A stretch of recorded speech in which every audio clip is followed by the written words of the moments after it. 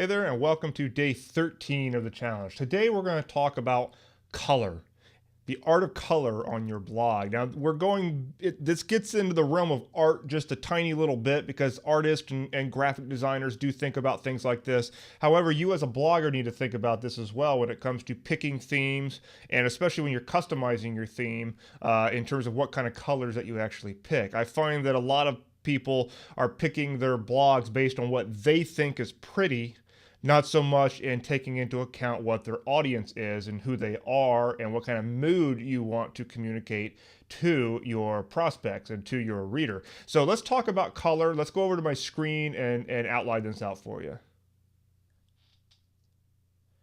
Color is a very important thing for your website. That should go without saying, but let's look at some of the reasons why it is.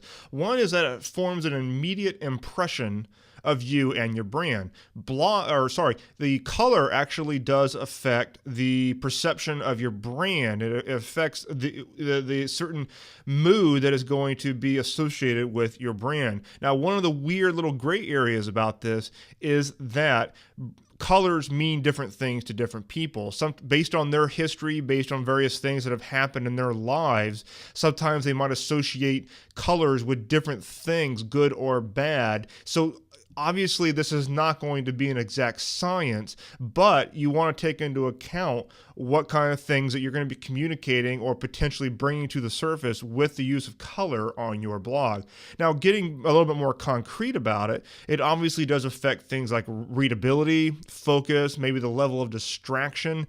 If you've got a lot of flashy colors, it can obviously distract from whatever it is you're trying to do, or it could serve to focus them on something that you're trying to do. A good way of doing this is with a call to action. You can actually use red or sometimes reddish orange, things like that, in order to attract the eye to a call to action, especially if you don't have a lot of red in other parts of your website. Readability and accessibility, big things. If you are appealing, say, primarily to an older audience who may have a higher likelihood of vision problems, then you want to take into account things like the color. If you put white text on a black background, it's going to be very difficult to read. Even if your audience is not of an older crowd, you're probably going to have a difficult time having people read that because it's just difficult. Now, so in order to keep things nice and simple, you generally want to have a white background with black text on top of it. But let's talk about the different colors that form the theme of your site and what they can actually pull to the surface here. In general, reds are going to mean things like intensity, various emotions, excitement, maybe erotic mood, passion, violence. Obviously, we're going all over the board here, but these are the types of things that in various people, red can communicate. If for some people, red means love and various intense emotions like that. For others, it brings to the surface anger and violence. So you want to keep these things into mind when you choose red. Red can work really well for a call to action sometimes because it can mean excitement. It also gets people's attention. But having an overall theme that is red, you want to make sure that these are the kinds of moods you're trying to bring to the surface. If you and your brand have nothing to do with this type of intensity that red can bring to the table, then you do not want to use a lot of red.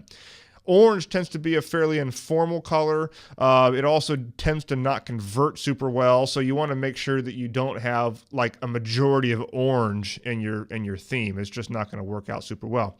Now, looking at yellow tends to bring optimism, upbeatness. It can also be a little bit overwhelming, so you don't want to have a whole lot of yellow. I typically only use yellow as a highlight color. I don't really use it for a whole lot else besides that because too much yellow really can be quite bright.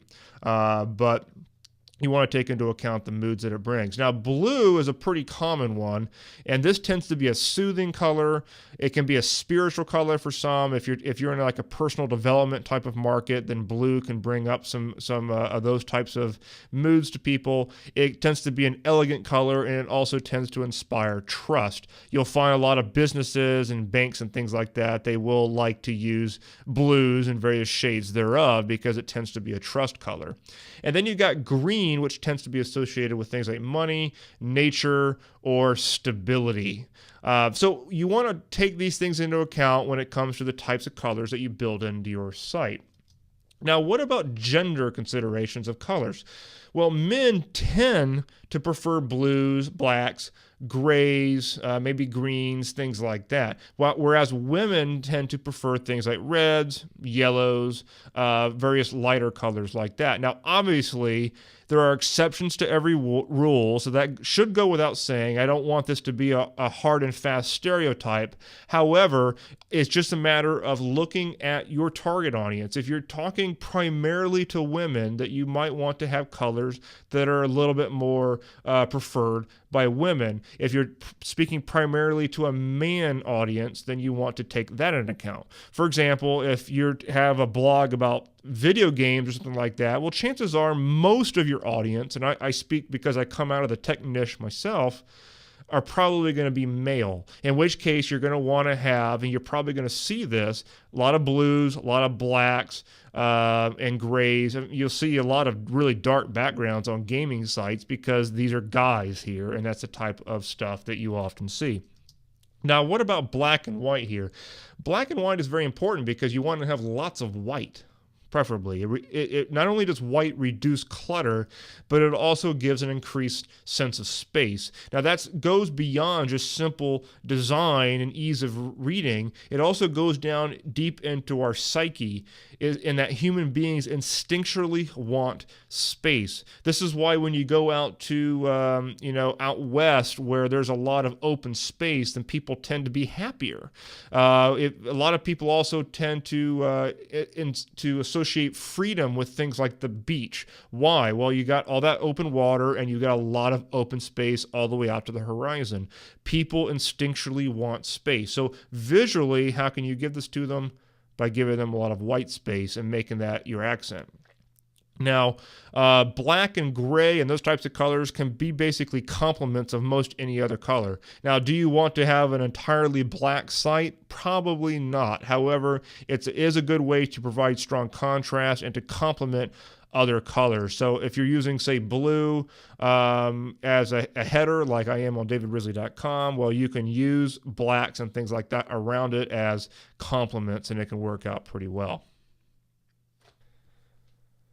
So that's the use of color. It might be something you haven't really thought about when it comes to designing your blog, and that's why I'm bringing it up to you in this challenge, because I want you to think about the type of mood that you're going to convey visually. This goes beyond the content. This goes just simply to your use of color and what kind of moods that you're going to put into your reader's mind when they arrive. So think about that. Consult what I just said regarding the various moods that come up with those colors. Check out your blog and see if you think that you need to make some adjustments to the color scheme of your site. I'll end off with this, and that is that you're sitting here on davidrisley.com right now, and it's no mistake that my header is blue and that what's south of that is mostly white. No mistake at all, because like I said, when you looked at this few slides ago, blue tends to be a trust color. Now, why do you think I chose a blue header? That's why. Okay, I will see you tomorrow.